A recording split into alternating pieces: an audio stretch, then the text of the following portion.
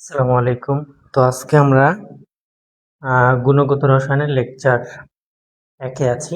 Lecture একে আমরা পরমাণু আর পরমাণুর যে মূল কণিকা আছে, এই পরমাণু এবং পরমাণুর যে মূল কণিকা সেই সম্পর্কে জানবো। ঠিক আছে? তোমরা যারা আমার সাথে আছো, তোমরা যারা পরবর্তীতে এই ভিডিওটা দেখবা বা এই লাইভ ক্লাসের মাধ্যমে আমি যতটুকু শেখাবো একদম মানে জিরো লেভেল থেকে প্রো ক্লাস লেভেল পর্যন্ত। ঠিক আছে? তোমাদের রসায়নে যার যত সমস্যাই থাকুক না কেন, তোমরা যদি আমার ক্লাসটা দেখো, দেখবা যে তোমার রসায়নের যে সমস্যা তার 50% আসলে তুমি ক্লাসেই সলভ করেছো, 30% তোমাকে পড়ে সলভ করতে হবে, আর বাকি যে 20% থাকে সেটা হচ্ছে তুমি কোশ্চেন সলভিং এর মাধ্যমে শিখবা। ঠিক আছে? তো আমি ক্লাসের মধ্যে আমার পড়ানোর কোয়ালিটি 50% ধরেন, অর্ধেক ধরে নিলাম, আর বাকি 20% আমরা কোশ্চেন সলভের মাধ্যমে শেষ করব, আর 30% আপনাকে পড়তে হবে। অর্থাৎ আমি শেষ করবো 70%, আপনি শেষ করবেন হচ্ছে 30%। ঠিক আছে?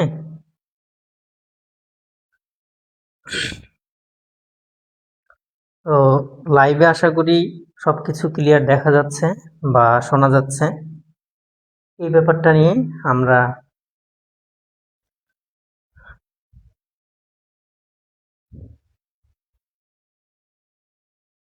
একটু দেখে নিই যে আসলে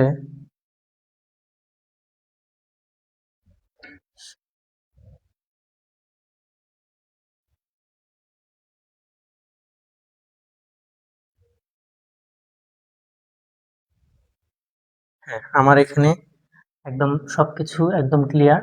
আর আপনাদের যদি কোনো প্রবলেম মনে হয় আমাকে একটু কষ্ট করে জানালে আমি খুব খুশি হব। হ্যাঁ, তো দেখি কি কি জিনিস সম্পর্কে আমাদের জানতে হয়, কি কি জিনিস সম্পর্কে জানাটা উচিত, সেই ব্যাপারগুলো নিয়ে যদি আমি কথা বলতে যাই, তো আমাদের পেজের নামটা যেটা, সেই অনুযায়ী আমরা রসায়নকে অবশ্যই বিশ্লেষণ করার চেষ্টা করব। আর আরেকটা জিনিস বলি ভাই, যে এই রসায়ন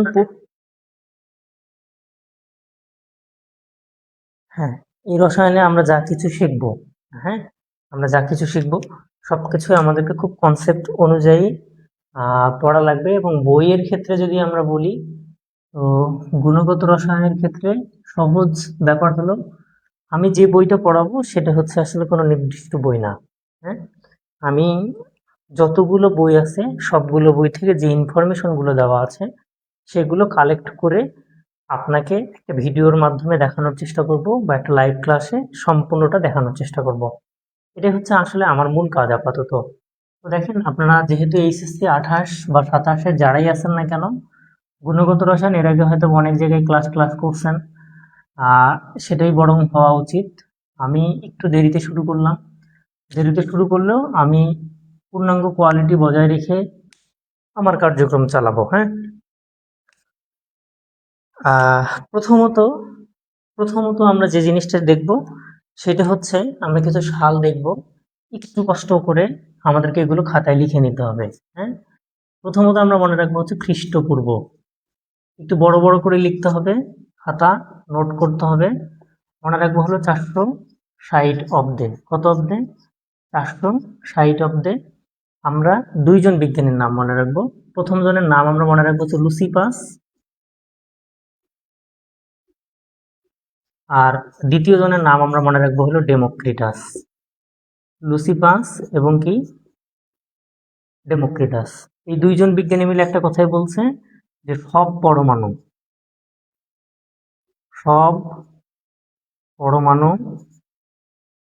ক্ষুদ্র কণা দ্বারা গঠিত, ক্ষুদ্র কণা দ্বারা গঠিত বা তৈরি। আচ্ছা, সব পরমাণু ক্ষুদ্র কণা দ্বারা কি তৈরি বা গঠিত, এই কথাটা কে বলছে? ডেমোক্রিটাস এবং লুসিপাস, 460 অব্দে। ঠিক আছে? তো এই সব পরমাণু যেহেতু ক্ষুদ্র কণা দ্বারা গঠিত, এবং তারা আরেকটা খুবই গুরুত্বপূর্ণ কথা বলছেন যে পরমাণু হইল অবিভাজ্য, পরমাণু হইল অবিভাজ্য, পরমাণু অবিভাজ্য, অর্থাৎ পরমাণুকে কি করা যাবে না? ভাঙা যাবে না। ঠিক আছে? আমরা পরমাণুকে আমরা যদি ইংলিশে বলি তাহলে আমরা মনে বলবো হচ্ছে ইন্ডিভিজিবল। ইন্ডিভিজিবল বা বাংলায় বললে আমরা বলবো হচ্ছে অবিভাজ্য। ঠিক আছে, তো এই কথাটার বিরোধিতা করছিলেন একজন, তিনি হলেন অ্যারিস্টটল। তার আগে কনাদ নামে একজন বিজ্ঞানী ছিল। তার আগে আরেকজন বিজ্ঞানীর নাম ছিল, ওনার নাম হচ্ছে ভারতীয় বিজ্ঞানী কনাদ বা কোনাডা, যেটাই আপনারা পড়ছেন এসএসসি লেভেলে। কনাদ কি বলছেন যে সব পরমাণু বা পৃথিবীর সব পরমাণু সব পরমাণু হচ্ছে আমাদের কি দিয়ে তৈরি? সব পরমাণু অণু দ্বারা গঠিত। কি দ্বারা গঠিত? অণু দ্বারা গঠিত। এই কথাটা উনি বলছেন। এখন সব পরমাণু যেহেতু অণু দ্বারা গঠিত, তাহলে আসলে পরমাণুর যে কার্যক্রম সেটার ব্যাপারে যদি একটু বলি, এবং উনি বলছেন যে পরমাণু যেহেতু অণু দ্বারা গঠিত এবং বলেছেন যে পরমাণু হচ্ছে অবিভাজ্য, অর্থাৎ পরমাণুকে আর ভাঙা যায় না। এখন আমরা সর্বকালের শ্রেষ্ঠ বিজ্ঞানীদের মধ্যে অন্যতম, ওনার নাম হচ্ছে অ্যারিস্টটল। উনি ওই সমসাময়িক সময়ে বা 100 বছর পরে অ্যারিস্টটল কি বলছেন আমরা যদি বলি, আমরা একটু অ্যারিস্টটলের কার্যক্রম সম্পর্কে ধারণা নেই। অ্যারিস্টটল বললেন যে পৃথিবীর সব পার্থিব বস্তু, পৃথিবীর কি বলেন তো, সব পার্থিব বস্তুই অবিভাজ্য কণার সমন্বয়ে তৈরি। অ্যারিস্টটল বলছে যে পরমাণু অবিভাজ্য কণার সমষ্টি নয়, সব পার্থিব বস্তুই অবিভাজ্য কণার সমন্বয়ে গঠিত। আমি বলি যে পরমাণু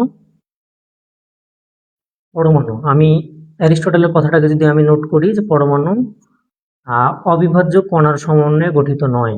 অবিভাজ্য কণার সমন্বয়ে গঠিত নয়। পরমাণু অবিভাজ্য কণার সমন্বয়ে কি নয়? গঠিত নয়।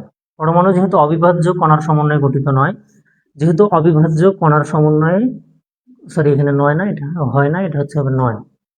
পরমাণু অবিভাজ্য কণার সমন্বয়ে যেহেতু গঠিত নয়, তার মানে পরমাণু হচ্ছে অবিভাজ্য সমন্বয়। পরমাণু হচ্ছে কি বলেন তো? বিভাজ্য। উনি এটাই আলটিমেটলি বলে দিয়েছেন অন্যভাবে। ঠিক আছে, এখন এই বিভাজ্য পরমাণুগুলো মানে বিভাজ্য কণাগুলো কারা? এই বিভাজ্য কণাগুলো হচ্ছে আগুন, মনে রাখবো হলো পানি, মনে রাখবো হলো মাটি, এবং মাস্ট বি আমরা মনে রাখবো হলো বায়ু। এই মতবাদ 200 বছর পর্যন্ত টিকেছিল। এই মতবাদ কত বছর পর্যন্ত টিকেছিল? 200 বছর পর্যন্ত টিকেছিল। পরমাণু অবিভাজ্য কণার সমন্বয়ে গঠিত নয়, পরমাণু বিভাজ্য কণার সমন্বয়ে গঠিত। এই সেই বিভাজ্য কণাগুলো কি কি? আগুন, পানি, মাটি এবং হচ্ছে কি বায়ু। এখন এই সময়ে আর একজন বিজ্ঞানীর নাম আমরা একটু মনে রাখবো, 1803 সাল। ওই বিজ্ঞানীর নাম আমরা বেশিরভাগ লোকজনই কম বেশি জানি, সেটা নিয়ে আমরা একটু, আচ্ছা এখানে আমি এই জায়গাটাতে লিখে দিই, হ্যাঁ, বা এখানে লিখেই যে ওই সময় আরেকজন বিজ্ঞানীর নাম মনে রাখবো, সেই সালটা মনে রাখবো হচ্ছে 1803 সাল। বিজ্ঞানীর নাম হচ্ছে জন ডাল্টন। বিজ্ঞানীর নাম হচ্ছে কি বলেন তো? John Dalton. বিজ্ঞানী জন ডাল্টন কি করছে সেটা নিয়ে আমরা একটু বলি। উনি হচ্ছে ডেমোক্রিটাস এবং কণাদের যে মতবাদ, ডেমোক্রিটাস ও কণাদ এর মতবাদ পুনঃপ্রতিষ্ঠিত করেন। পুনঃপ্রতিষ্ঠা করেন। পুনঃপ্রতিষ্ঠা করেন। এখন ডেমোক্রিটাস এবং কণাদের যে মতবাদ যে পরমাণু অবিভাজ্য, এই কথাটাকে 1803 সালে মোটামুটি প্রায় আধুনিক সময় এসে বলছে হচ্ছে কি জন ডাল্টন। তো এর বাইরে জন ডাল্টন আরো কিছু কথা বলেছেন, সেগুলো নিয়ে আমরা একটু আসি। এই জায়গাটা আমি মিশিয়ে দিই, হ্যাঁ, এটা আপনাদের আশা করি তোলা হয়েছে। তো এই সময় আমরা আর একটা জিনিস একটু মনে রাখবো যে জন ডাল্টন অ্যাটমিক পার্টিকেল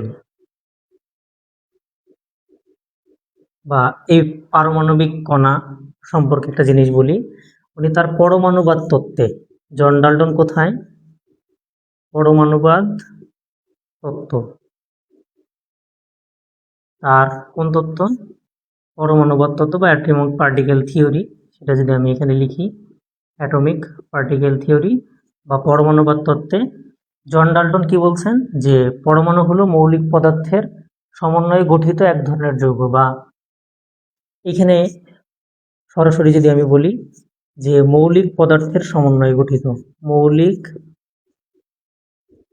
পদার্থের ক্ষুদ্রতম কণা, মৌলিক পদার্থের কি বলেন তো ক্ষুদ্রতম কণার নাম হলো পরমাণু। মৌলিক পদার্থের ক্ষুদ্রতম কণার নাম হলো কি বলেন তো পরমাণু। তাহলে পরমাণু কি জিনিস? মৌলিক পদার্থের ক্ষুদ্রতম কণার নাম হচ্ছে কি পরমাণু। তো পরমাণু আসলে এখন পর্যন্ত বিভাজ্য না অবিভাজ্য কনফিউশন কিন্তু দূর হয়নি। সর্বশেষ এই কনফিউশন দূর করছেন 1911 সাল। বিজ্ঞানের নাম আমরা মনে রাখবো হচ্ছে রাদারফোর্ড। এখান থেকে আমরা একটু সামনে মুভ করি, আমরা একটু সামনে মুভ করার চেষ্টা করি, দেখি যে আসলে আমরা কি পাচ্ছি পরমাণুতে আলটিমেটলি। দেখেন আমরা মনে রাখবো হচ্ছে 1911 সাল। কত সাল? 1911 সাল। একটু দেখি, আমরা মনে রাখবো হচ্ছে কত সাল? 1911 সাল। 1911 সালে কি হয়েছে? বিজ্ঞানীর নাম হচ্ছে আর্নেস্ট রাদারফোর্ড। 1911 সাল, বিজ্ঞানীর নাম হচ্ছে রাদারফোর্ড। এই পরীক্ষার নাম হচ্ছে আলফা কণা বিচ্ছুরণ পরীক্ষা। পরীক্ষার নাম হচ্ছে আলফা কণা বিচ্ছুরণ পরীক্ষা। পরীক্ষার নাম হচ্ছে কি? আলফা কণা বিচ্ছুরণ পরীক্ষা। তো রাদারফোর্ড আলফা কণা বিচ্ছুরণ পরীক্ষার মাধ্যমে 1911 সালে প্রমাণ করেন যে পরমাণু হলো বিভাজ্য। বিচ্ছুরণ পরীক্ষার মাধ্যমে, বিচ্ছুরণ পরীক্ষার মাধ্যমে প্রমাণিত হয় যে পরমাণু হইল বিভাজ্য। পরমাণু কি বলেন তো বিভাজ্য। এখন এই পরমাণু কি জিনিস? হ্যাঁ, পরমাণু কি জিনিস একটু সহজে বোঝার চেষ্টা করি। পরমাণু হলো কি? পরমাণু যেহেতু বিভাজ্য, অর্থাৎ পরমাণু কি করা যাবে? ভাঙা যাবে। ঠিক আছে, তাহলে আমি যদি পরমাণুর সংজ্ঞাটা একটু লিখি, পরমাণুর সংজ্ঞাটা যদি আমরা লিখি, পরমাণুর সংজ্ঞায় আমরা আসব যে পরমাণু হলো মৌলিক পদার্থের ক্ষুদ্রতম কণা। পরমাণু কি জিনিস? পরমাণু হচ্ছে মৌলিক পদার্থের ক্ষুদ্রতম কণা। পরমাণু হলো মৌলিক পদার্থের ক্ষুদ্রতম কণা, যার কোনো স্বাধীন অস্তিত্ব নাই, যার কোনো স্বাধীন অস্তিত্ব নাই,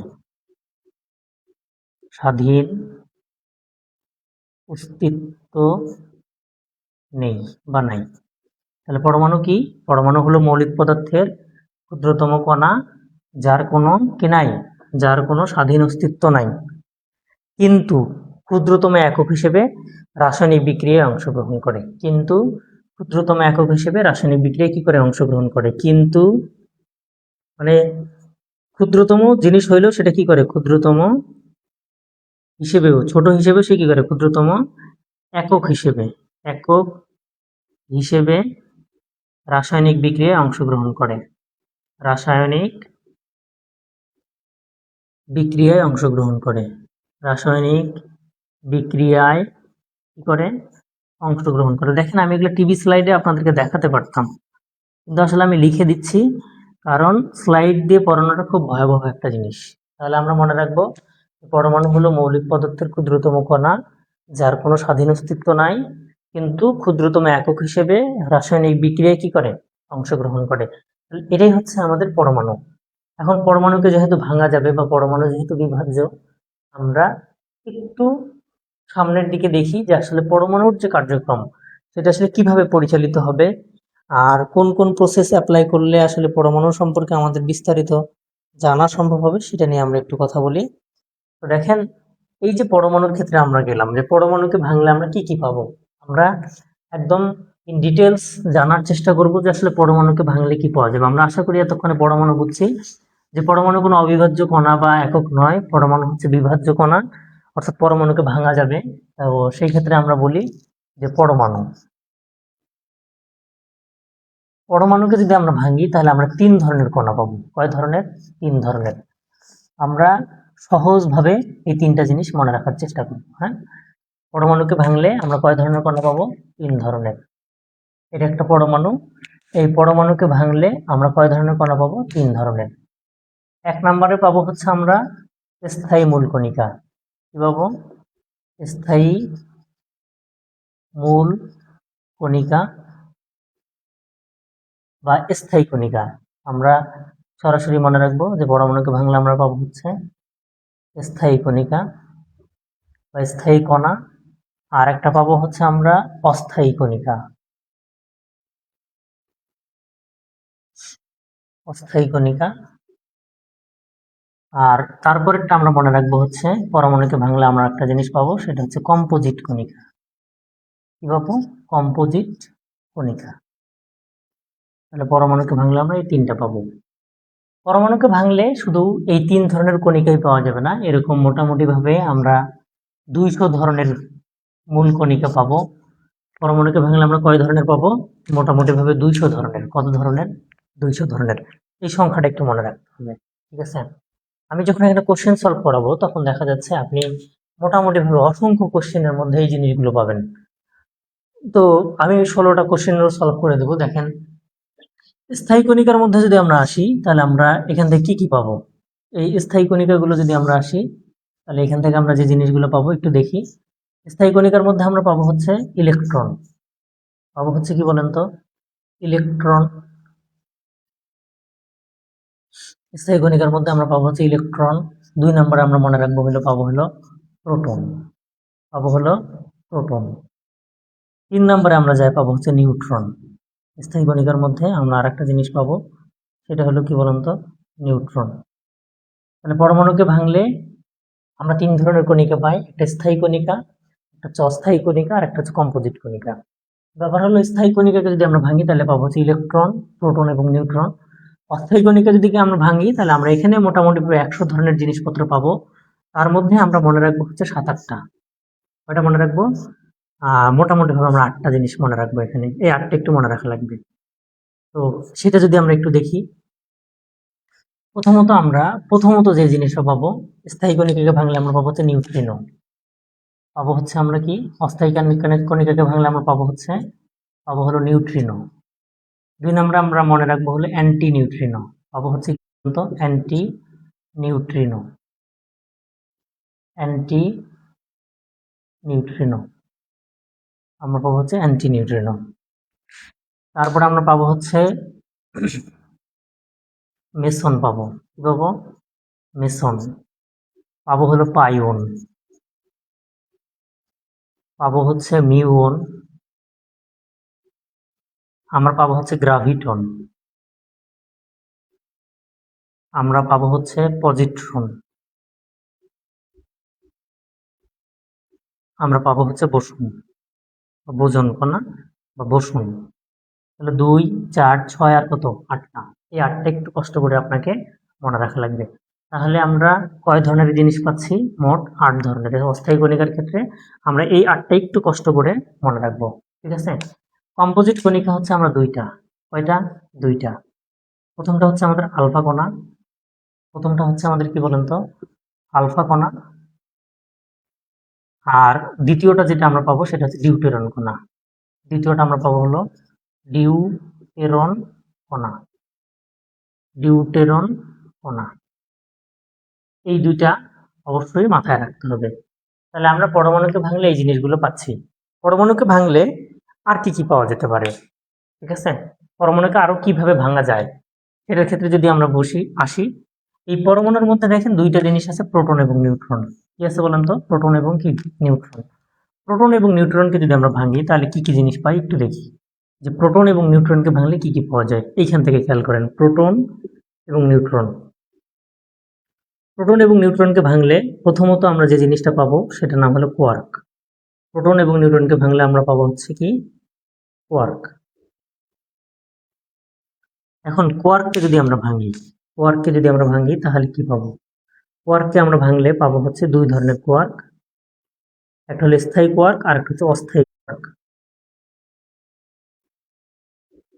স্থায়ী কোয়ার্ক আর একটা আমরা পাবো হলো অস্থায়ী কোয়ার্ক।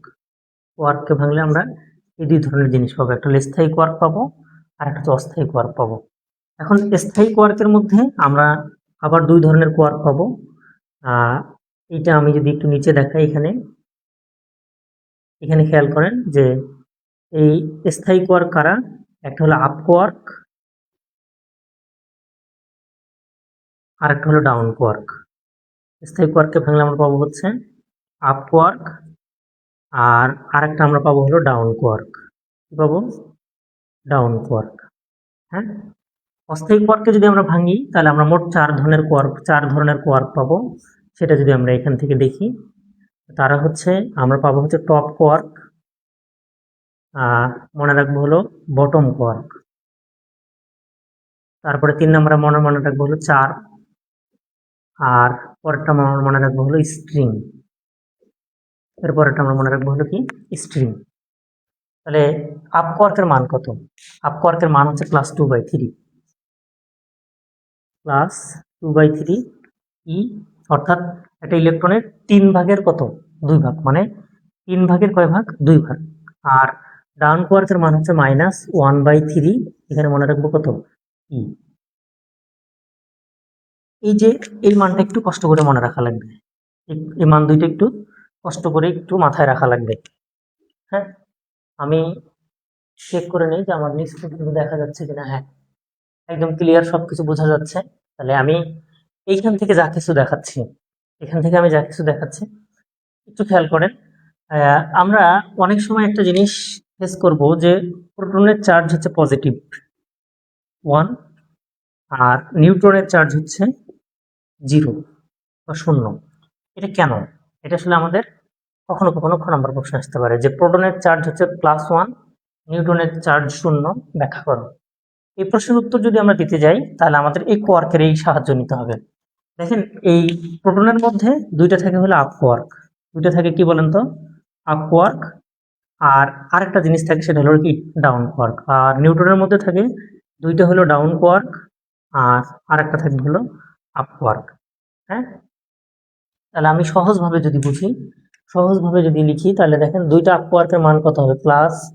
+2/3 ই প্লাস, এখানে দুইটা যেহেতু আপ কোয়ার্ক আছে তাহলে আমরা এখান থেকে মনে রাখবো হচ্ছে +2/3 ই প্লাস হচ্ছে 2/3 ই, আর আরেকটা হচ্ছে -1 কি হবে 3 ই। কেন?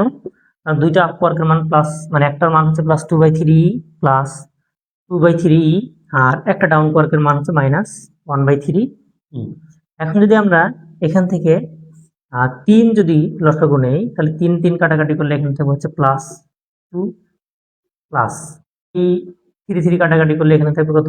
+2, আর 3 কাটাকাটি করলে কত থাকবে? -1। এটা অবশ্যই কি ই। তাহলে এখানে আমাদের উপরে আসবে হচ্ছে কত? উপরে আসবে 3 ডিভাইডেড বাই আসবে কত বলেন তো? 3 ই, আমাদের আসবে হচ্ছে 1 কি ই, অর্থাৎ +1। কি আসবে? +1। এটার মান কত আসলো? +1। আর যদি আমি নিউট্রনের এই জায়গাটাকে প্রমাণ করতে চাই, সেটা আমি যদি এইখানে আপনাকে একটু দেখাই যে নিউট্রনের মধ্যে থাকে কি, নিউট্রনের মান হলো 0, আর নিউট্রনের মধ্যে থাকে দুইটা হলো কি ডাউন কোয়ার্ক আর একটা হচ্ছে কি আপ কোয়ার্ক। দুইটা ডাউন কোয়ার্কের মান হচ্ছে -1/3 ই, আর এখানে কি হবে বলেন তো? -1/3 ই -1/3, এখানে হবে ই, আর প্লাস হবে 2/3 কি ই। তাহলে আমাদের এখানকার লসাগু করলে কত হবে? 3, তার মানে হবে -1 মানে 3 কাটাকাটি করলে হবে -1 প্লাস, দেখেন 3 কাটাকাটি করলে হবে 2। তাহলে আমরা এখান থেকে যে জিনিসটা পাবো, -1 প্লাস -2 আর +2 কাটাকাটি করলে আমরা এখান থেকে পাবো হচ্ছে, উপরে পাবো হলো 0 ডিভাইড বাই কত বলেন তো? 3 ই। আলটিমেটলি আমরা পাবো হচ্ছে কত? 0 ই। তাহলে আমরা এইখান থেকে একটা জিনিস পাচ্ছি, সেটা কি পাচ্ছি? যে প্রোটনের চার্জ হচ্ছে +1 আর নিউট্রনের চার্জ আমরা কি পাবো? নিউট্রনের চার্জ আমরা পাবো হচ্ছে 0। কি পাবো, নিউটনের চার্জ আমরা পাবো হলো 0। আশা করি আমরা এই দুই জায়গা বুঝতে পারছি। ঠিক আছে, আমি ইন ডিটেলস বোঝানোর চেষ্টা করেছি, এখানে যতটুকু দরকার ঠিক ততটুকুই বোঝানোর চেষ্টা করেছি। এখন আমরা একটু বেসিক কনসেপ্ট থেকে ভেতরে প্রবেশ করব, পর্যায়ক্রমে এই জিনিসগুলো দেখব। ঠিক আছে, একটু এই পর্যায়ক্রমে আমরা এই জিনিসগুলো দেখব। এখন দেখেন যে আমরা এই পরমাণু নিয়ে কথা বলতেছি, আসলে পরমাণু কতটা ক্ষুদ্র সেটা নিয়ে একটু ধারণা থাকা দরকার। পরমাণু ক্ষেত্রে যদি চিন্তা ভাবনা করি, দেখেন একটা হাইড্রোজেন পরমাণু নিয়ে চিন্তা করি, যে একটা হাইড্রোজেন পরমাণুর ব্যাস হচ্ছে 0.1 ন্যানোমিটার। হাইড্রোজেন পরমাণুর ব্যাস কত, 0.1 ন্যানোমিটার। আমি একটু হাইড্রোজেন পরমাণু নিয়ে আসি। আশা করি এই জিনিসগুলো আপনারা তুলছেন, আর এগুলো আপনারা একটু সুন্দরভাবে নোট করে রাখবেন, তাহলে দেখবেন যে আপনার যে কেমিস্ট্রির যে যাত্রা সেটা আসলেই একটা সময় যায়, নির্দিষ্ট সময় যায় দেখবেন যে আপনি আমার চেয়ে ভালো কিছু শেখেননি। আমি যা করাইছি এটি সবচেয়ে বেস্ট। আমি অনেকগুলো কন্টেন্ট গুছিয়ে সুন্দরভাবে আপনাকে শেখানোর চেষ্টা করেছি। তো প্রথমত আমরা একটু হাইড্রোজেন পরমাণু নিয়ে কথা বলি। দেখেন যে একটা হাইড্রোজেন পরমাণুর ব্যাস, একটি হাইড্রোজেন পরমাণুর ব্যাস কয়টি, একটি হাইড্রোজেন পরমাণুর ব্যাস, একটি হাইড্রোজেন পরমাণুর ব্যাস হচ্ছে 0.1 ন্যানোমিটার। ঠিক আছে, 0.1 কি ন্যানোমিটার। তো আমরা আবার একটা জিনিস জানি তো নাকি ছোটবেলা থেকে, যে 1 ন্যানোমিটার মানে হলো 10⁻⁹ কি মিটার। এইটুকু তো আমরা জানি, এইটুকু নিয়ে তো আমাদের কোনো কনফিউশন নাই। এখন কথা হইলো যে একটা হাইড্রোজেন পরমাণুর ব্যাস কিভাবে নির্ণয় করা সম্ভব। একটা শক্তিশালী ইলেকট্রন আণুবীক্ষণিক যন্ত্র দ্বারাও কখনো কোনো একটা হাইড্রোজেন পরমাণু বা পরমাণুর ব্যাস নির্ণয় করা পসিবল না। 20,000 গুণ বেশি শক্তিশালী ইলেকট্রোস্কোপিক যে যন্ত্রগুলো আছে বা ইলেকট্রন আণুবীক্ষণিক যে যন্ত্রগুলো আছে খুবই শক্তিশালী যেগুলো, সেগুলো দিয়ে যদি আমরা করি, তাহলে এখানে দেখেন যে 1000 কোটি, কত কোটি, 1000 কোটি হাইড্রোজেন পরমাণু পাশাপাশি রাখলে, কি রাখলে, 1000 কোটি হাইড্রোজেন পরমাণু পাশাপাশি রাখলে এর ব্যাস হবে কত, 1 মিটার। এর ব্যাস হবে কত, 1 মিটার। এই লাইনটা একটু কষ্ট করে নোট করে রাখবেন। ঠিক আছে, তাহলে 1000 কোটি হাইড্রোজেন পরমাণু পাশাপাশি রাখলে এর ব্যাস হবে কত, 1 মিটার। ঠিক আছে, আশা করি এই জায়গাটুকু আমরা বুঝতে পারছি। এখন আমরা পরমাণুর যে 3 ধরনের কণিকা ছিল সেগুলো নিয়ে একটু বেসিক লেভেল থেকে বের হয়ে একটু সামনের দিকে আসি। দেখেন আমরা যদি ইলেকট্রন নিয়ে কথা বলি, তারপর আমরা প্রোটন নিয়ে কথা বলবো, নিউট্রন, এইভাবে আমরা কার্যক্রম শেষ করব। হ্যাঁ, তো সহজ বুদ্ধি বা বোধোদয়ের ক্ষেত্রে যদি আমরা বলি, তাহলে আমাদের দেখেন ইলেকট্রন, আমরা সকলেই জানি যে পরমাণুর মধ্যে কি থাকে, 3 ধরনের স্থায়ী কণিকা থাকে, একটা হচ্ছে ইলেকট্রন, একটা প্রোটন, আর একটা নাম কি, নিউট্রন। তো এটাকে আমরা লিখতে পারি হচ্ছে 0, -1 এইভাবে লেখা যায়, মানে গুহ স্যারের বই এভাবে লেখা আছে। তো ইলেকট্রনের ক্ষেত্রে যদি আপনি আসেন, যে ইলেকট্রন কি হয়েছে, মনে রাখবেন 1897 সাল। কত সাল, 1897 সাল। বিজ্ঞানীর নাম হচ্ছে স্যার জে থমসন। কি থমসন কি আবিষ্কার করেন, ইলেকট্রন আবিষ্কার করেন। কিভাবে আবিষ্কার করেন যদি বলা হয় প্রশ্নে, তাহলে মনে রাখবো হচ্ছে ক্যাথোড রশ্মি পরীক্ষার মাধ্যমে। কি রশ্মি, জে থমসন কিভাবে আবিষ্কার করেন, ক্যাথোড রশ্মি পরীক্ষার মাধ্যমে। আমি এই লাইনটা লিখবো, এই লাইনটা খুব ভালোভাবে মাথায় রাখতে হবে, ক্যাথোড রশ্মি পরীক্ষার মাধ্যমে আবিষ্কার করেন। আর এরপরে আমরা মনে রাখবো হচ্ছে নামকরণ করেন হলো জেমস স্টোনি বা জে স্টোনি নামে একজন বিজ্ঞানী, নামকরণ করেন হচ্ছে জেমস স্টোনি বা জে স্টোনি। আর ইলেকট্রনের ক্ষেত্রে যদি আমরা আসি, ইলেকট্রনের ক্ষেত্রে আমাদের আরেকটা জিনিস মনে রাখবো, যে ইলেকট্রনের চার্জ পরিমাপ করেন বা ইলেকট্রনের চার্জ নির্ণয় করেন হচ্ছে মিলিকন বা মিলিকান ওয়াইল্ড ড্রপ এক্সপেরিমেন্টের মাধ্যমে আমরা ইলেকট্রনের চার্জ ইলেকট্রনের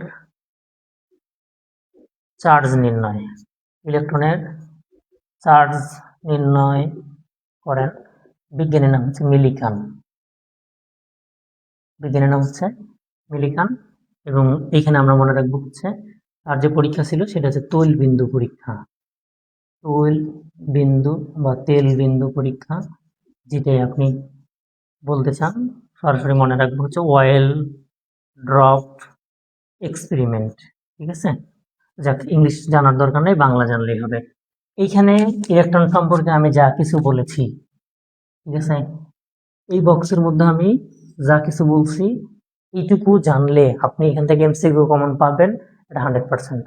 অর্থাৎ এই ইলেকট্রন সম্পর্কে আমি এই বক্সের মধ্যে যা বলছি এখান থেকে যে কোনো পরীক্ষায় আপনি 100% কি পাবেন, এমসিকিউ কমন পাবেন, এটা শিওর। ঠিক আছে, এর জন্য কোনো কিছু করতে হবে না, জাস্ট মনে রাখতে হবে যে 1897 সাল বিজ্ঞানী স্যার জে থমসন কি আবিষ্কার করছে, ক্যাথোড রশ্মি পরীক্ষার মাধ্যমে ইলেকট্রন আবিষ্কার করেন। ইলেকট্রনের নামকরণ করেন হচ্ছে বিজ্ঞানী জে স্টোনি, আর ইলেকট্রনের চার্জ নির্ণয় করেন হচ্ছে কে, মিলিকান, তৈলবিন্দু পরীক্ষার মাধ্যমে। এখন দেখেন ইলেকট্রনের চার্জের ক্ষেত্রে যদি আমরা যাই তাহলে ই ডিভাইডেড বাই এম, এটার মান হলো 1.76 বা 758 ইন্টু 10⁻⁸ হচ্ছে 8 কুলম পার হচ্ছে গ্রাম। এটার মান হচ্ছে কত, এটা, হ্যাঁ, 1.758 ইন্টু 10⁸ কুলম পার কি গ্রাম।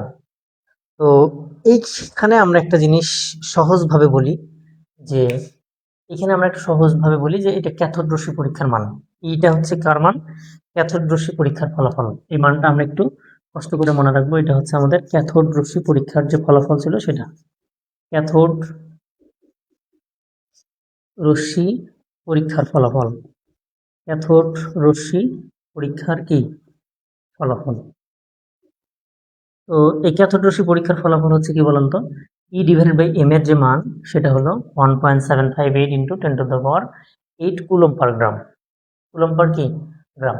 তো আমরা জানি একটি ইলেকট্রনের চার্জ আসলে কত, বা একটি ইলেকট্রনের চার্জ, একটি ইলেকট্রনের চার্জ একটু খেয়াল করেন, এটা হচ্ছে আমরা জানি হলো 1.6, সেটাই যদি লিখে দেয় যে 1.6 ইন্টু 10⁻⁻19 কি কুলম্ব, এটুকু তো আমরা জানি। এখন এইখান থেকে আমাদের যে কার্যক্রম সেই জায়গাতে যদি আমরা আসি, যে ইলেকট্রনের চার্জের যে পর্যায়ক্রমগুলো আছে সেটার ক্ষেত্রে একটু খেয়াল করেন যে এম মানে আসলে কি, বা ভর যদি আপনি বের করতে যান, এম সমান সমান আমরা মনে রাখতে হবে আমাদেরকে ই ডিভাইডেড বাই কত, এম। ই কি জিনিস, ইলেকট্রনের চার্জ, সেটার মান যদি আমরা বসাই সেটা হলো মাইনাস, বা সরাসরি মানটাই বসাই শুধু 1.6 ইন্টু 10⁻⁻19 কুলম। আর এই যে ক্যাথোড রশ্মি পরীক্ষার মাধ্যমে এর ফলাফলের যে মানটা সেটা পাইছিলেন হচ্ছে 1.758 ইন্টু 10⁻⁸ কত 8 কুলম পার কি গ্রাম। তাহলে কুলম কুলম কাটাকাটি হয়েছে, ভাগ করলে আমরা যেটা পাবো সেটা হচ্ছে 9.11 ইন্টু 10⁻⁻28 পাবো হচ্ছে কি গ্রাম। এটাকে যদি আরো 1000 দ্বারা ভাগ করে দেওয়া হয়, এটাকে আমরা যদি কত দ্বারা ভাগ করি, 1000 দ্বারা ভাগ করি, তাহলে আমরা এখান থেকে যে জিনিসটা পাবো সেটা হলো যে 9.11 ইন্টু 10⁻, দেখেন 28 আছে, 3টা শূন্য দেখেন 29, 30, 31, 3টা শূন্যের জন্য আরো -3 উপরে ইয়া করতে হবে, তার মানে হবে -31, এটা মাস্ট বি কিসে আসবে, কেজিতে। তাহলে এটা হচ্ছে গ্রাম এককে ভর, আর এটা হচ্ছে আমাদের কি বলেন তো, কেজি এককে ভর। তাহলে এটা হচ্ছে ইলেকট্রনের ভর নির্ণয় করার সিস্টেম, বা ইলেকট্রনের ভর ঠিক এভাবেই নির্ণয় করা হয়। এখন ইলেকট্রনের ভরকে যদি আমরা একটু সিস্টেম ওয়াইজ কার্যক্রমে আসি, যে 1 এমইউ সমান কত, 1 এমইউ সমান সমান যদি আমরা একটু বুঝে শুনে লেখার চেষ্টা করি, এই জায়গাটাকে একটু মেশাই, হ্যাঁ, আমার জায়গা যেহেতু বোর্ডে কম, সেটা যদি আমি একটু দেখি, এখান থেকে একটু খেয়াল করেন, যে একটু খেয়াল করি যে দেখেন যে হলো 1 এএমইউ, কত বলেন তো, 1 এএমইউ বা অ্যাটমিক ম্যাস ইউনিট, এটার মান হলো 1.6 ইন্টু 10⁻⁻20, এটা হচ্ছে কি 6 ইন্টু 10⁻, কি বলেন তো 20 সরি 20, আচ্ছা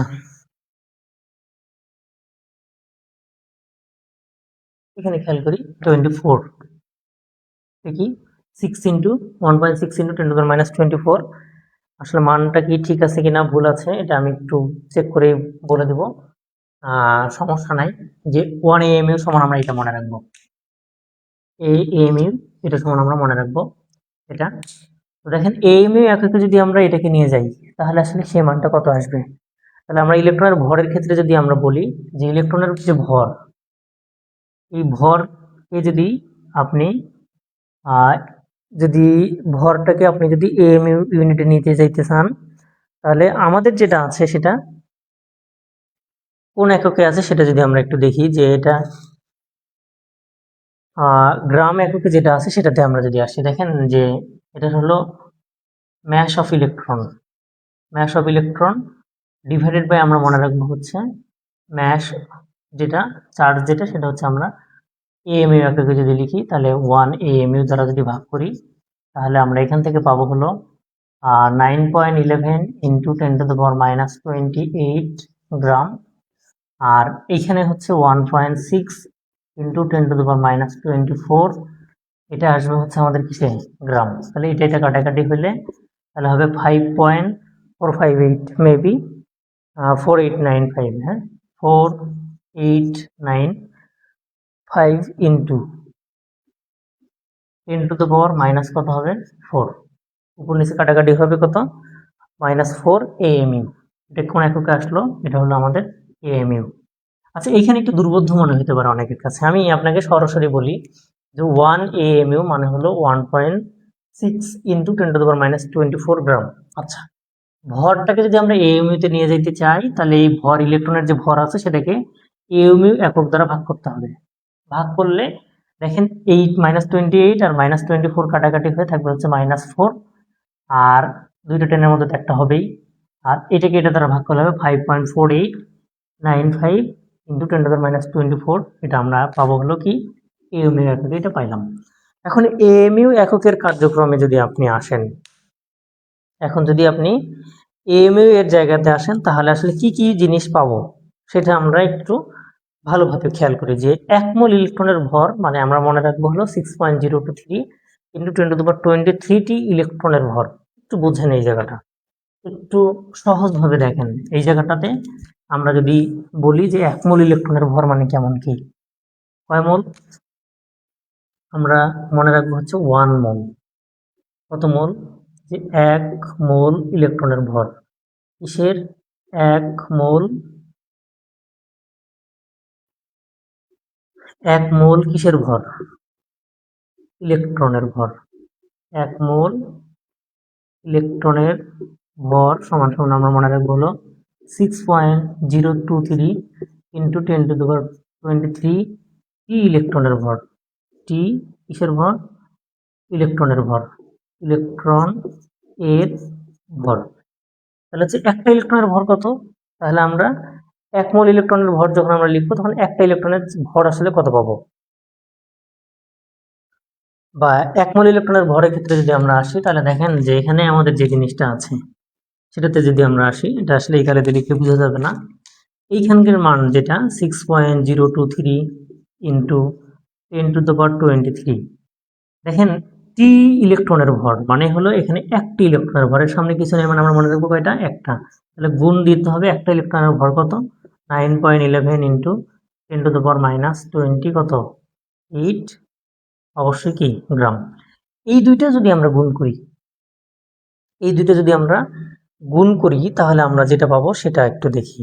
এই দুইটা আমরা গুণ করলে যে জিনিসটা পাবো সেটা হলো 5.4895 ইন্টু 10⁻, কত পাবো, এটা যদি আমরা যাই তাহলে হচ্ছে 10 পাবো হচ্ছে -4 পাবো হচ্ছে গ্রাম।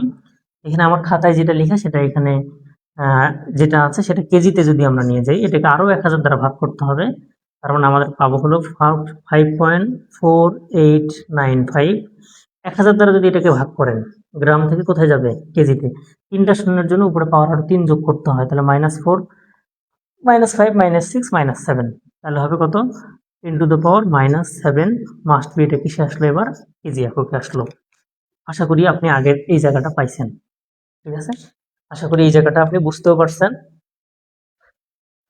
তো এইভাবে আমাদের এই জায়গাটার কার্যক্রম।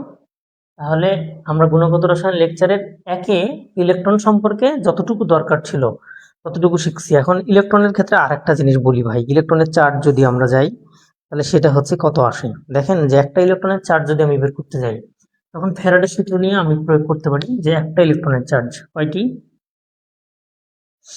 একটি ইলেকট্রন এর চার্জ। এটা যদি আমি বের করতে যাই তাহলে আমরা মনে রাখবো হলো এফ ডিভাইডেড বাই হচ্ছে এন। এফ কি? কুলম্বের, মানে ফ্যারাডের যে মান সেটা হলো 96,500 কুলম্ব। 96,500 কি কুলম্ব।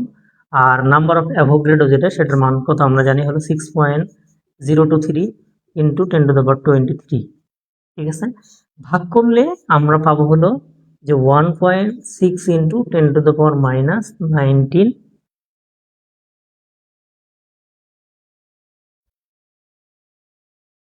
না সরি 10⁻19, এটা পাবো হচ্ছে কি কুলম্ব। আর আমি যদি এটাকে ইএমইউ এককে যাই তাহলে আমরা পাবো হলো 1.6 ইন্টু 10⁻⁻, দেখেন 1.6 ইন্টু 10⁻, পাবো হচ্ছে -20 ইএমইউ।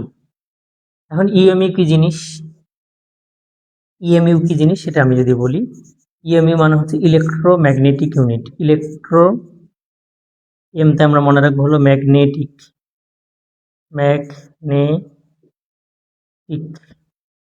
ইলেকট্রোম্যাগনেটিক ইউতে আমরা মনে রাখবো হলো কি ইউনিট। ইএমইউ এর পূর্ণরূপ হচ্ছে ইলেকট্রোম্যাগনেটিক কি ইউনিট। এটা অবশ্যই আমরা মনে রাখবো। হ্যাঁ, এখন এইখানে আরো কিছু সিস্টেম যে জানায় রাখি, যে এইটা মানে আবার কত, যে ইএমইউ থেকে যদি আমরা ইএসইউ এ যাই তাহলে হবে 4.8 ইন্টু 10⁻10 কি 10, এটা হচ্ছে ইএসইউ এই এককে যদি যাই। এখন ইএসইউ এর পূর্ণরূপ কি? ইএসইউ এর পূর্ণরূপ হচ্ছে ইলেকট্রোস্ট্যাটিক ইউনিট। ইলেকট্রো আমরা মনে রাখবো হলো স্ট্যাটিক, ইউতে আমাদের মনে রাখতে হবে কি ইউনিট। আচ্ছা, এখানে আর একটা জিনিস আছে, সেটা হলো যে 10 কুলম্ব সমান সমান হলো 1 ইএমইউ বা হচ্ছে 3 ইন্টু 10⁻10 ইএসইউ। এই জিনিসটা একটু নোট করে রাখেন, যে কোনো সময় ইউনিট কনভার্সনে গেলে আপনি এই জিনিসগুলো পাবেন। আমার এখানে বেশি পেছানো হয়ে যাচ্ছে বোর্ডের জায়গা ছোট হওয়ার কারণে, এগুলো একটু মিশাই দিই। হ্যাঁ, এগুলো একটু মিশাই দিয়ে ক্লিয়ার লিখি যে আমি কি বলছি। 10 কুলম্ব মানে হলো 1 ইএমইউ বা ইলেকট্রোম্যাগনেটিক ইউনিট। কত কুলম্ব বা, আচ্ছা এইখানে লিখলেই ঝামেলা, এখান থেকে দেখেন যে আমরা মনে রাখবো হলো কত কুলম্ব, 10 কুলম্ব মানে হলো কত 1 ইএমইউ, অথবা 10 কুলম্ব মানে হচ্ছে 1 ইএমইউ, অথবা আমরা মনে রাখবো যে 3 ইন্টু 10⁻10, 3 ইন্টু 10⁻10, এটা অবশ্যই মনে রাখবো হলো ইএসইউ। এই ইউনিট কনভার্সনের এই জায়গাটুকু অবশ্যই মাথায় রাখবেন, তাহলে আপনার জন্য সহজ হবে। হ্যাঁ, তাহলে আপনি এই জিনিসটা সহজেই বুঝতে পারবেন। আচ্ছা, তো এই জিনিসটার ক্ষেত্রে এটুকু শেষ। আমরা চলে আসবো হচ্ছে প্রোটনের জায়গাতে। আমরা প্রোটনের ক্ষেত্রে যদি যাই, প্রোটন প্রোটন হ্যাঁ, দেখেন যে প্রোটনের ক্ষেত্রে কি কি করতে হবে। প্রোটনের ক্ষেত্রে যদি আপনারা আসেন, প্রোটনের ক্ষেত্রে মনে রাখবো যে 1886 সাল গোল্ডস্টাইন। কি মনে রাখবো? ওই যে আর একটা লাইন লিখে দেই, এক লাইনে একটা এমসিকিউ কমন। ঠিক আছে, গোল্ডস্টাইন। প্রোটনের ক্ষেত্রে আমরা মনে রাখবো হচ্ছে কি বলেন তো, গোল্ডস্টাইন। প্রোটন কে আবিষ্কার করছে? গোল্ডস্টাইন। কিভাবে মনে রাখবো হচ্ছে ক্যাথোড রশ্মি পরীক্ষার মাধ্যমে। আচ্ছা, কি পরীক্ষার মাধ্যমে? ক্যাথোড রশ্মি পরীক্ষার মাধ্যমে। এরপরে আরেকটা জিনিস মনে রাখবেন যে 1907 সাল, বিজ্ঞানীর নাম হলো থমসন। এটার নাম দেন বা নামকরণ করেন হলো পজিটিভ রশ্মি। নামকরণ কি করেন? থমসন নামকরণ করেন। এই নামকরণে উনি এটার নাম দেন হলো পজিটিভ রশ্মি। এটার নাম দেন হচ্ছে পজিটিভ রশ্মি। পজিটিভ রশ্মি। তো এই পজিটিভ রশ্মির ক্ষেত্রে যদি আমরা আসি, যে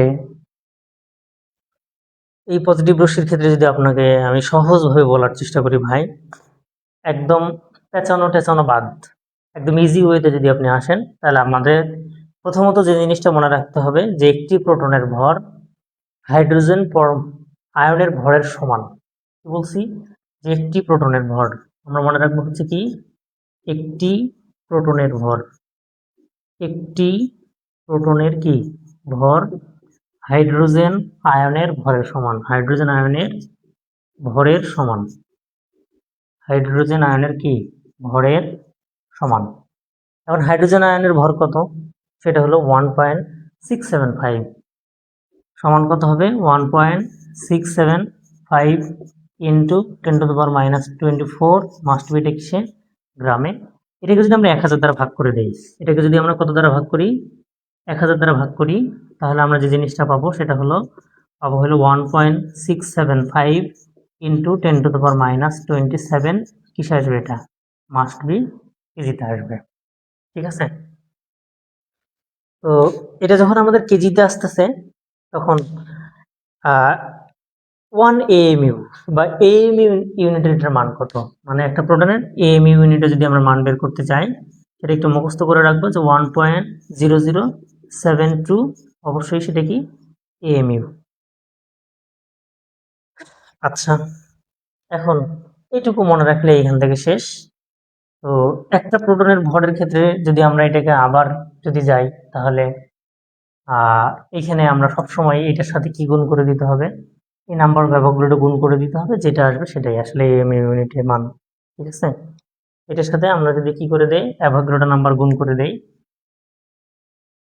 ধরেন আমরা বললাম হচ্ছে একটি প্রোটনের ভর, একটি কি বলেন তো? প্রোটনের ভর মানে কত বললাম? যে 6 বা 1 মোল প্রোটনের ভর। আমি যদি এভাবে বলি যে 1 মোল কিসের ভর বলেন তো?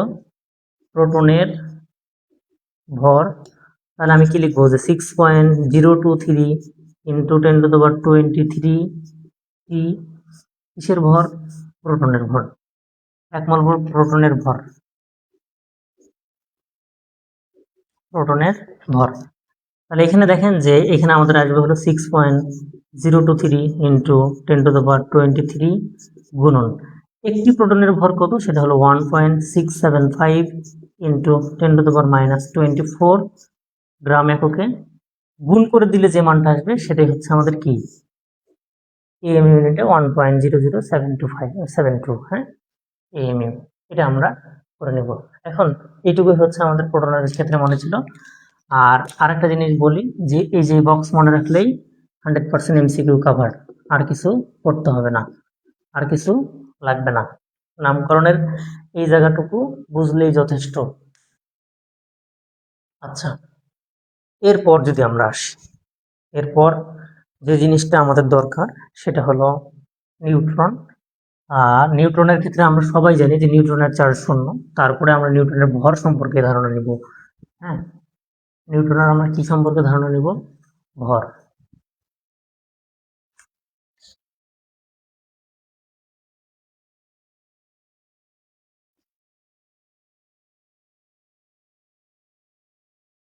আচ্ছা, এখন নিউট্রনের ক্ষেত্রে যদি আমরা আসি, নিউট্রনের ক্ষেত্রে যদি দেখেন, নিউট্রন এর অনেক কাহিনী। নিউট্রনের হচ্ছে রাদারফোর্ড, বুথ, বেকার এবং চ্যাডউইক লাস্ট। ঠিক আছে? তো নিউট্রন আবিষ্কার করে 1920 সাল। কি সাল? 1920 সাল। নিউটনের প্রয়োজনীয়তা অনুভব করেন হচ্ছে রাদারফোর্ড। কি বলেন তো? রাদারফোর্ড। আর এই নিউট্রনের কার্যক্রম নিয়ে বুথ এবং বেকার, বুথ ও কি বলেন তো বেকার কি পরীক্ষা চালান? আলফা কণার পরীক্ষা। কি পরীক্ষা? আলফা রশ্মি পরীক্ষার মাধ্যমে। কি রশ্মি? আলফা রশ্মি। আলফা রশ্মি পরীক্ষার মাধ্যমে একটা মান বের করে নিয়ে আসেন। আর সর্বশেষ আবিষ্কারকের ক্ষেত্রে যদি আমরা বলি চ্যাডউইক, এটা হলো 1930।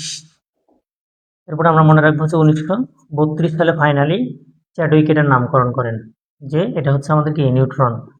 এখানে মনে রাখবো হলো চ্যাডউইক। তাহলে এখানে আমাদের তিনটা সাল 1920, 1930 এবং কত 1932। তো আমরা জানি নিউটনের চার্জ শূন্য, কিন্তু নিউটনের ভর যদি আমরা যাই যে 1 মোল নিউট্রনের ভর, কয় মোল? 1 মোল নিউট্রন এর ভর মানে কত? ওই যে অ্যাভোগাড্রো নাম্বার, মানে আমরা বলবো হচ্ছে নাম্বার অফ অ্যাভোগাড্রো টি কিসের ভর? নিউট্রনের ভর। এতটি কিসের ভর?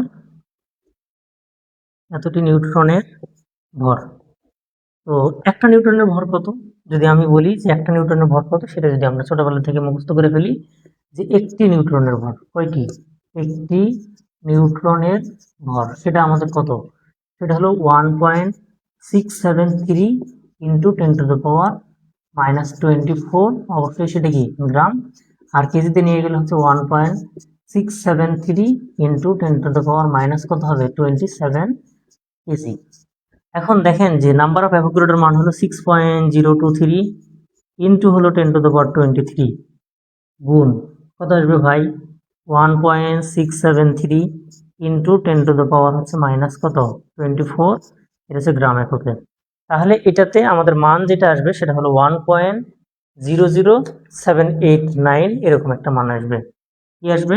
সেটা হলো এএম এককে। অর্থাৎ একটি নিউট্রনের ক্ষেত্রে যদি আমরা আসি, একটি নিউট্রনের ভরের ক্ষেত্রে, তাহলে আমরা এটা মনে রাখবো হলো 1.0089 এরকম কিছু একটা আসবে। হ্যাঁ, এটা হলো এএমইউ এককে। কোন এককে? এএমইউ। এইটা দ্বারা যদি আমরা করি তাহলে আমরা নতুন আর একটা মান পাবো। তো এই ছিল আমাদের আজকে আলোচনায়। আমরা ইলেকট্রন, প্রোটন এবং নিউট্রনের এই জায়গাগুলো শিখলাম। এখন আমরা কিছু কোশ্চেন সলভিং এ আসি। কোশ্চেন সলভের ক্ষেত্রে প্রথম যে প্রশ্নটা আমাদের আছে এখানে, সেটা নিয়ে যদি আমরা একটু আসি, তাহলে দেখেন আমি সহজভাবে আপনাদেরকে দেখানোর চেষ্টা করবো আসলে কোশ্চেনগুলো কি কি আসতেছে পরীক্ষায়। প্রথম কোশ্চেনটা যদি আমরা দেখি, সেটা কি? এটা হলো সেটা। প্রথম কোশ্চেনটা বলছে যে কোন কণিকার স্থায়িত্ব সবচেয়ে কম? আরো একটা অপশন আছে, সেটা হচ্ছে মেসন কণিকা।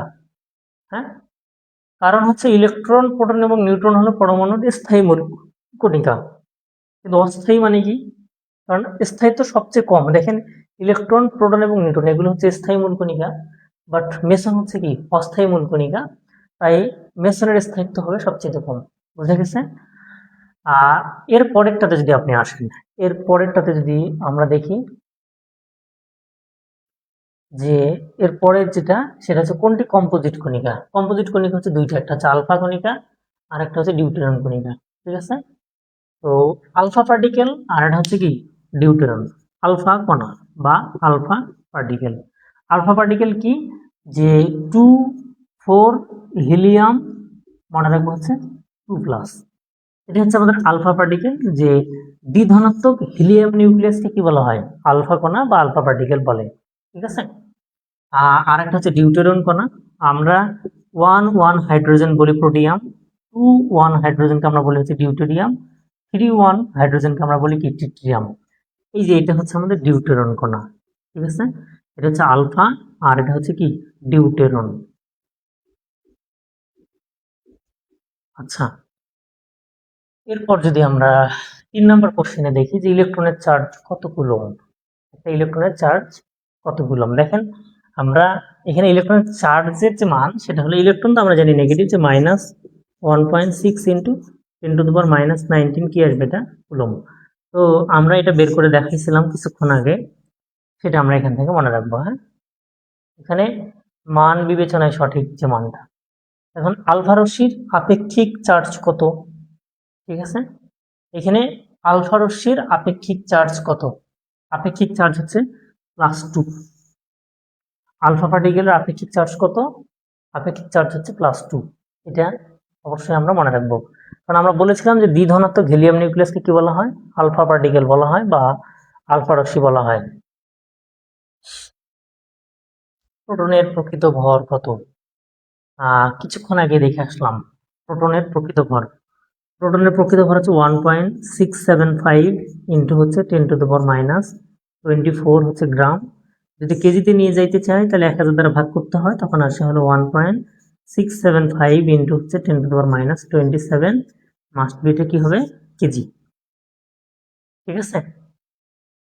অপরদিকে নিউটনের ভর সামান্য বেশি, যা হলো নিউটনের ভর হচ্ছে প্রোটনের ভরের চেয়ে সামান্য বেশি। এটা হলো এটাই হবে 673 আর পরেরটা হবে 675। আচ্ছা, এগুলো নিয়ে কনফিউজ হওয়ার কিছু নাই, আমি এটা জাস্ট মনে রাখলেই হবে। দেখেন পরমাণুর কোন দুটি কণিকা পরস্পর সমান? ঠিক আছে, মনে রাখবেন ইলেকট্রন এবং প্রোটন এই দুটা কি পরস্পর সমান। কারণ দেখেন ইলেকট্রনের চার্জ হচ্ছে আর প্রোটনের চার্জ, দেখেন ইলেকট্রনের চার্জ হচ্ছে -1.6 ইন্টু 10⁻⁹ কুলম, আর প্রোটনের চার্জ হচ্ছে +1.6 ইন্টু 10⁻⁻19 কি কুলম। এখন তো এই দুইটা মিশিয়ে দিলে দুইটা সমান হয়ে যাচ্ছে না? যেহেতু দুইটা সমান, জাস্ট এদের কি আপেক্ষিক আধান যেটা সেটা ভিন্ন, একটা প্লাস আর একটা কি মাইনাস। এরা পরস্পর সমান হওয়ার কারণেই যে নিউক্লিয়াসের মধ্যে কি থাকে, নিউক্লিয়াসের মধ্যে থাকে হলো প্রোটন, নিউক্লিয়াসের মধ্যে কি থাকে প্রোটন থাকে, আর হলো থাকে নিউট্রন, আর বাইরে থাকে কি ইলেকট্রন। তো প্রোটনের চার্জ হচ্ছে প্লাস আর ইলেকট্রনের চার্জ হচ্ছে কি মাইনাস। নিউট্রনের চার্জ কি শূন্য, দেখেন প্লাস মাইনাসে কাটাকাটি হয়ে 0 হয়ে যায়। যদি সমান না হইতো তাহলে পরস্পর কাটাকাটি হইতে পারতো না। এখন -2কেই তো -2 +2 কাটবে নাকি, এটা হবে 0। এটাই হলো আসল কারণ। 7 নাম্বার, ক্যাথোড রশ্মি কি? আসলে এই ক্যাথোড রশ্মি সম্পর্কে একটু বলি ভাই। ক্যাথোড রশ্মি হলো যে ইলেকট্রনের প্রবাহ। এটা কোথায় আসছে? মেডিকেল ভর্তি পরীক্ষা 15-16 সালে। ক্যাথোড রশ্মি আসলে কি, যে ক্যাথোড রশ্মি হচ্ছে ইলেকট্রনের প্রবাহ, ঠিক আছে, বা চার্জের প্রবাহ। তো এই ক্যাথোড রশ্মির মধ্যে ইলেকট্রনের যে প্রবাহ বা চার্জের যে প্রবাহ, এই ক্ষুদ্র ক্ষুদ্র চার্জগুলোর নাম হচ্ছে ইলেকট্রন। ঠিক আছে, প্রবাহিত হওয়া মানে দেখেন একটা ক্যাথোড রশ্মি নলের মধ্যে দেখবেন এইরকম করে ভাবে কি হয়, কি প্রবাহিত হয়, চার্জ প্রবাহিত হয়। চার্জের এই ক্ষুদ্র ক্ষুদ্র জিনিসগুলোকে আমরা বলি হচ্ছে কি ইলেকট্রন। তার মানে আমরা জানি চার্জের প্রবাহ মানেই হচ্ছে কার প্রবাহ, ইলেকট্রনের প্রবাহ। এই জিনিসগুলো তো আমরা ছোটবেলা থেকে পড়ি নাকি। তাহলে কোশ্চেন 7-এর পর আমাদের পরের যেটা আসবে, যে সেটা যদি আমরা একটু দেখি, ইলেকট্রন আবিষ্কার করেন কে? আমরা জানি অলরেডি যে জে জে থমসন। এটা হচ্ছে যশোর বিজ্ঞান ও প্রযুক্তি বিশ্ববিদ্যালয় 19-20 সেশনের পরীক্ষার্থী, অর্থাৎ আমি যে সেশনের পরীক্ষার্থী ছিলাম, মানে এই প্রশ্নের উত্তর আমিও দিয়েছি। ঠিক আছে। এরপর দেখেন যে কোন পরীক্ষার মাধ্যমে প্রোটনের অস্তিত্বের প্রমাণ পাওয়া যায়? প্রোটনের অস্তিত্বের প্রমাণ পাওয়া গেছে ক্যানাল রশ্মি পরীক্ষার মাধ্যমে। রশ্মি, ক্যানাল রশ্মি। নিউটনের যদি বলি তাহলে সেটা কোন রশ্মি হবে? সেটা হচ্ছে আলফা রশ্মি। আর যদি ইলেকট্রন বলে তাহলে আমরা বলবো হচ্ছে ক্যাথোড রশ্মি। ঠিক আছে। এরপরে যদি আপনার দেখেন যে নিচের কোনটি পরমাণুর স্থায়ী মূল কণিকা? স্থায়ী মূল কণিকার মধ্যে আমাদের যে জিনিসটা হচ্ছে সেটা হচ্ছে স্থায়ী কণিকা হচ্ছে ইলেকট্রন, প্রোটন এবং হলো নিউট্রন। দেখেন এখানে পজিট্রন, নিউট্রন এবং মেসন এই তিনটাই হচ্ছে আমাদের অস্থায়ী মূল কণিকা। স্থায়ী মূল কণিকা হচ্ছে আমাদের তিনটার মধ্যে একটা, সেটা হলো নিউট্রন, অর্থাৎ ইলেকট্রন, প্রোটন এবং নিউট্রন এটাই আছে তো নাকি। দেখেন কোনটি অস্থায়ী মূল কণিকা নয়, অস্থায়ী নয়, তার মানে কি স্থায়ী। দেখেন অস্থায়ী কারা কারা? Positron, Mason, neutrino. But neutron কি নয়, অস্থায়ী নয়, এটা হচ্ছে স্থায়ী। অস্থায়ী মূল কণিকা নয়, তার মানে হচ্ছে স্থায়ী মূল কণিকা। এরপরে দেখেন যে সকল মৌলের পরমাণুতে সাধারণ মূল কণিকা হিসেবে কোনটি উপস্থিত থাকে? সকল মৌলের পরমাণুতে সাধারণ মূল কণিকা হিসেবে কোনটি উপস্থিত থাকে? কোশ্চেন কি দেখা যাচ্ছে? একটু নিচে নামাতে হবে। এখানে উত্তর হচ্ছে আমাদের দেখেন পজিট্রন থাকে, নিউট্রন থাকে এবং হচ্ছে ইলেকট্রন থাকে, মানে সবগুলোই এটার উত্তর। এটা হচ্ছে জাহাঙ্গীরনগর ইউনিভার্সিটি 21-22 সেশন আসছে। Which of the following elements has the same number of neutrons as nickel 58? দেখেন নিচের কোন বলটির নিকেল 58 এর সমসংখ্যক কি আছে? নিউট্রন আছে। দেখেন নিকেলের ক্ষেত্রে যদি আমরা আসি, এটা একটা সলভ করে দিই। এটা আসছে কোথায় জানো? আইইউটি। ও মা, আচ্ছা এই কোশ্চেনটা যদি সলভে আসি যে নিকেলের পারমাণবিক সংখ্যা কত, সেটা যদি আমরা একটু দেখি যে নিকেল মনে হয় 28। নিকেল কত বলেন তো? নিকেল হচ্ছে পারমাণবিক সংখ্যা হলো 28। আর নিকেলের ভর সংখ্যা কত? হ্যাঁ, নিকেলের ভর সংখ্যা 58 বলে দেওয়া আছে এখানে। তার মানে আমরা এখানে যদি উপরে হচ্ছে ভর সংখ্যা এ, আর নিচেরটা হচ্ছে আমাদের কি প্রোটন সংখ্যা, বা এটাকে আমরা জেড দ্বারা প্রকাশ করি, তাহলে হচ্ছে এ মাইনাস জেড যদি করি, তাহলে 8 8 শূন্য, তার মানে এখানে কত? এখানে নিউট্রন হচ্ছে কত? শূন্য, মানে 30। এখানে নিউট্রন কত? 30। এ মাইনাস জেড করলে আমরা পাবো হচ্ছে এন, নিউট্রন নাম্বার, নিউট্রন সংখ্যা পাবো।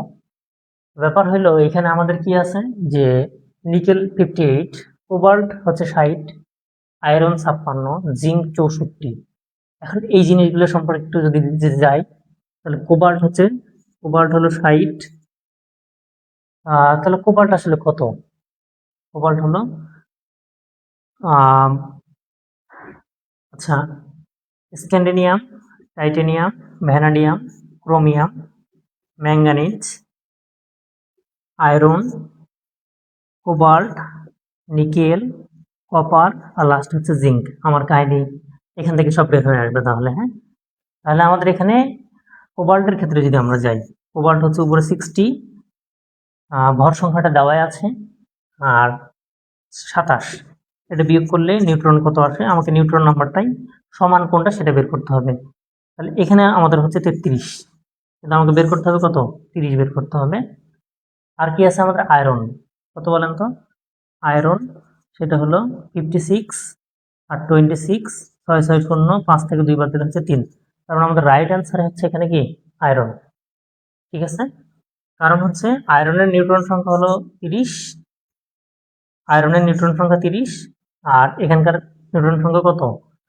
30। তার মানে নিকেলের সাথে আয়রনের পরস্পর যেহেতু নিউট্রন সংখ্যা সমান, তার মানে এরা হচ্ছে আইসোটোন। হ্যাঁ, আশা করি এই জিনিসটা আপনারা বুঝছেন। দেখেন বুয়েটে একটা প্রশ্ন আসছে যে এটা 12-13 সেশনে, একটি মৌলের সকল নিরপেক্ষ পরমাণুর জন্য নিচের কোন উক্তিটি সঠিক? দেখেন যে আমি প্রশ্নের অপশনগুলো একটু পড়ি, না হলে আসলে হবে না। যে একটি মৌলের সকল নিরপেক্ষ পরমাণুর জন্য নিচের কোন উক্তিটি সঠিক? সকল নিরপেক্ষ, আধান নিরপেক্ষ বা চার্জহীন পরমাণুতে নেট আধান শূন্য রাখার জন্য প্রোটন সংখ্যা ধনাত্মক চার্জ এবং ইলেকট্রন সংখ্যা ঋণাত্মক চার্জ সবসময় নিখুঁতভাবে সমান হইতে হয়। এইখানে দেখেন যে তাদের সমান প্রোটন এবং নিউট্রন এবং ইলেকট্রন রয়েছে, এটা কোনোভাবেই সম্ভব নয়। তাদের সমান সংখ্যক নিউট্রন এবং প্রোটন রয়েছে, সেটাও ঠিক না। তাদের সমান সংখ্যক ইলেকট্রন এবং কি রয়েছে? প্রোটন রয়েছে। কারণ আমরা জানি ইলেকট্রন সংখ্যা এবং প্রোটন সংখ্যা পরস্পর কি হতে পারে?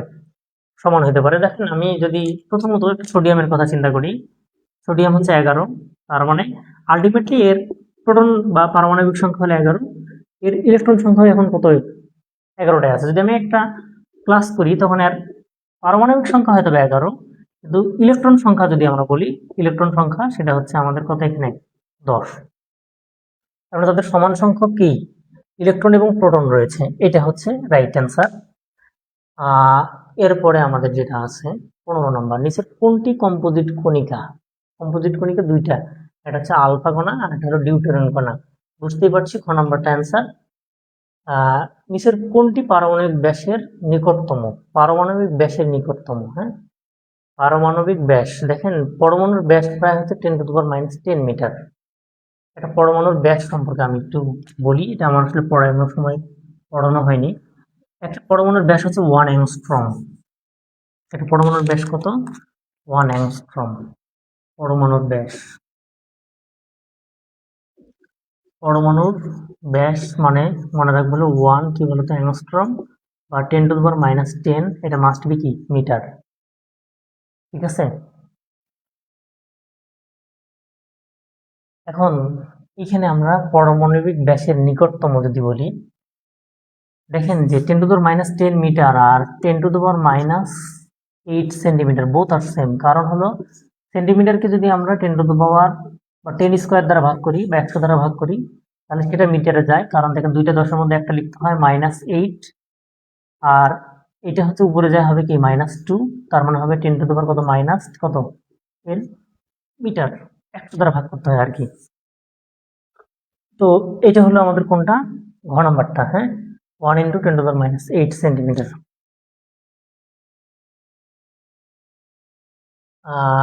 16টা কোশ্চেন শেষ।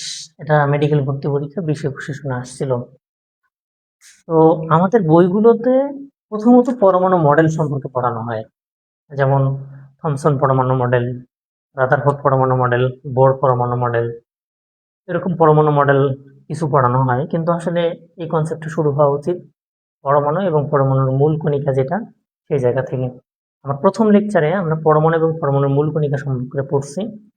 আগামীকালকে আমরা চেষ্টা করব যে যতগুলো পরমাণু মডেল আছে সেই পরমাণু মডেলগুলো শেষ করার, এবং পরমাণু মডেলের যে প্রশ্নগুলো বিগত সময়ে বোর্ড পরীক্ষা অর্থাৎ এইচএসসিতে, মেডিকেলে, কৃষি, গুচ্ছতে কিংবা বিশ্ববিদ্যালয়ে যেখানে আসছে না কেন, আমি সবগুলো এরকম স্লাইড আকারে আপনাদেরকে সলভ করাবো শেষের দিকে। কিন্তু আমাদের ক্লাস করতে হবে, প্রশ্ন সলভ করতে হবে। এই দুটো জিনিস যদি আমরা করতে পারি তাহলে আমাদের একাডেমিক এবং অ্যাডমিশন লাইফ দুটো ইজি। হ্যাঁ, আমাদের এইভাবে আগাইতে হবে। আমরা যদি শুধু বেসিক পড়ি লাভ হবে না, শুধুমাত্র কোশ্চেন সলভ করলে কোনো লাভ হবে না। বেসিক ছাড়া কোশ্চেন সলভ করা সম্ভব না, আর কোশ্চেন সলভ ছাড়া বেসিকের যে স্ট্রং জায়গা বা স্ট্রং ক্যাপাবিলিটি সেটা যাচাই করা সম্ভব না। তো আমি যতটুকু বোঝানোর চেষ্টা করেছি এতটুকু যদি আপনি বোঝেন, আমার যতই প্রশ্নগুলো আমি হোয়াইট বোর্ডে আপনাদেরকে যদি করাই, আমি সবকিছু জেনে বুঝেই করানোর চেষ্টা করছি। এরপরে যদি দু একটা ভুল থাকে, এটা হতে পারে স্লিপ অফ টাং বা বিভিন্ন কারণে যে জিনিসগুলো হয়, এটা আপনারা একটু ক্ষমা সুন্দর দৃষ্টিতে দেখবেন। যেখানে ভুল হবে যদি হয়ে থাকে সেটা আমাকে একটু কষ্ট করে আগে জানাবেন, আমি শুধরিয়ে নেওয়ার চেষ্টা করবো। আসলে আমি সবকিছু জানি এমনটা না। আসলে আমি নিজে 4-5 ঘন্টা, 5-6 ঘন্টা বা 10 ঘন্টা পড়াশোনা করার পর এই লেকচারটা করছি, এবং আমি লাইভ করাচ্ছি এই কারণে যাতে করে আমার ভুলের পরিমাণটা আমি আসলে কমাই নিতে পারি। আমি আগে লাইভ ভিডিও রেকর্ড করি, তারপরে হচ্ছে আমি আমার লাইভ ক্লাসগুলো স্টার্ট করছি, যাতে করে আমি আস্তে আস্তে এর যে জায়গাটা সেটা আস্তে আস্তে এগিয়ে যেতে পারি। আমার খুব বিশাল বড় টার্গেট নেই, আমার টার্গেট ছোট ছোট করে বাচ্চাদেরকে শেখানো, আপনাদেরকে শেখানো। যারা আমার শিক্ষক মহোদয় আছেন তাদের প্রতি আমার অনুরোধ, যদি কোনো জায়গায় আমি ভুল করে থাকি আপনারা ধরিয়ে দেবেন, আমি সেটা মাথা পেতে নেব। আমার মধ্যে কোনো অধ্যত্ব বা কোনো কিছু নেই। আমি সবসময় বিনয়ের স্বরে আপনাদের সাথে থাকতে চাই, কথা বলতে চাই। এর বাইরে আসলে কিছুই না। আমার কনসিস্টেন্সি 100% থাকবে, যত সমস্যাই থাকুক না কেন। আজকে আমি 5 বার কারেন্টের সমস্যার কারণে 5 বার লাইভে দাঁড়ায় গো লাইভ যাবো, তখন কারেন্ট চলে যায়। এরকম ঘটনা আমার সাথে ঘটছে। তো এরপরে আমি আমার জায়গা থেকে রাতে 11টার পর ক্লাস রেকর্ড শুরু করেছি বা লাইভ শুরু করেছি। আমাদের প্রত্যেক দিনের লাইভ ক্লাসগুলো 2-3টে করে হতেই থাকবে। আপনারা এই পেজের সাথে থাকলে যথেষ্ট। এক্সট্রা কোনো টাকা পয়সা কোনো কিছু পেমেন্ট করতে হবে না। পুরো গণিত বই মানে রসায়ন বই A to Z সলভ করে দেবো। হ্যাঁ, সে পর্যন্ত সকলেই ভালো থাকি, সুস্থ থাকি। সকলে আমার জন্য দোয়া করবেন। আল্লাহ হাফেজ।